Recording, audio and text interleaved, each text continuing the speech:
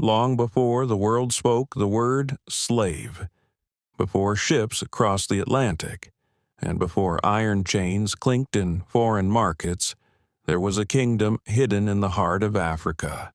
Its name was Angola, a land so ancient that even time itself seemed to move slower there. A kingdom of golden plains and sacred rivers where the sun rose not just as light, but as a god.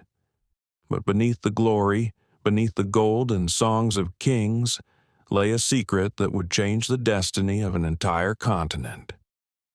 This is the forgotten story of the first slavery, a story buried under centuries of sand, silence, and shame. In the age when Angola flourished, its cities glittered like bronze under the sun. Scholars studied the stars, smiths forged blades that could cut through iron, and storytellers, the griots, carried the history of the people in song. The king, Oba Ntanda, was beloved. He was said to descend from the children of the sun, celestial beings who gave his ancestors wisdom and fire. Under his reign, the people prospered. Trade routes stretched across the desert, ivory, salt, and gold.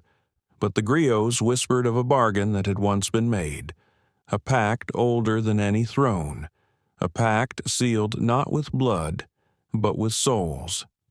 According to legend, during a time of drought and famine, the first king of Angola prayed to the heavens for mercy, and the sky answered, not with rain, but with light.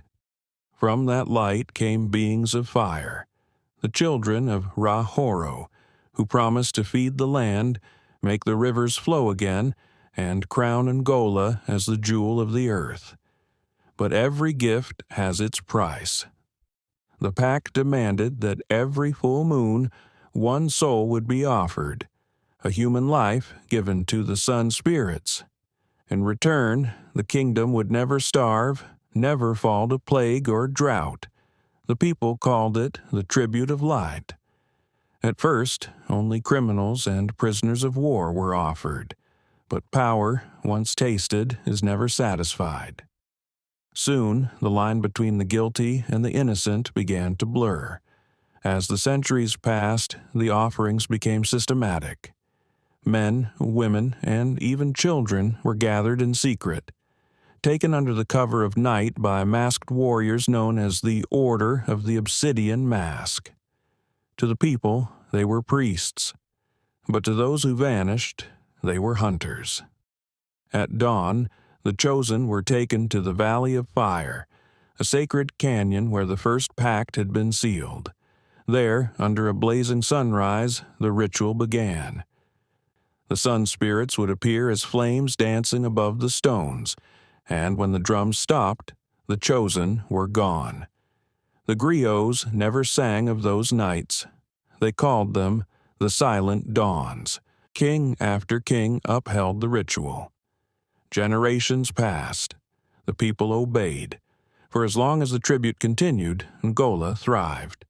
But then came Queen Amini, the first ruler to question the pact. She was young, wise, and unafraid of the spirits. She asked the priests, "If the sun gives life, why does it demand death?"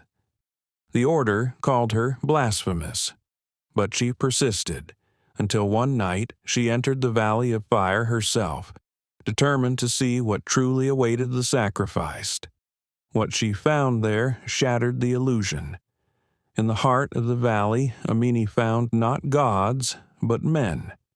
Men wearing masks of gold, using mirrors and fire to mimic the appearance of spirits. The sun gods were the descendants of the same priests who had served the first king. For centuries, they had deceived the people, using fear and faith to maintain control, feeding not spirits, but their own greed. The sacrifices were taken as slaves, sold to distant lands across deserts and coasts long before any foreign trader ever arrived. It was human slavery, hidden behind the veil of divine ritual. Amini swore to expose the truth, but the priests could not allow it. The night she returned to the capital, the Obsidian Order struck. The queen was captured and her loyal guards executed. The priests declared she had angered the sun, and that her death would restore balance. In a grand ceremony witnessed by thousands, Amini was offered to the flames as the final tribute. As she vanished into the light, a scream echoed through the valley, and then the sun darkened. For 3 days, the sky over Angola was black. The people wept. And when the light returned, their city was no more. Earthquakes shattered the temples, the river changed its course, and the desert began to swallow what was left of the once great kingdom. Some said the gods had taken revenge. Others whispered that Amini's spirit had cursed the land, vowing that no empire built on blood would ever stand forever. Centuries passed. The ruins of Angola faded from maps, its name spoken only in fragments by wandering storytellers. Then came new invaders, traders from distant shores. When they saw how easily the people of the coast sold captives, they mistook it for a simple custom. But they did not know the truth, that the roots of this trade stretched deep into a forgotten past, born from a lie that had begun under the African sun. The pact of souls had long since turned into an economy of flesh. The spirit chains had become iron ones, and the world would come to know the horror of slavery, a darkness that began not across the sea, but within the shadows of a once holy kingdom.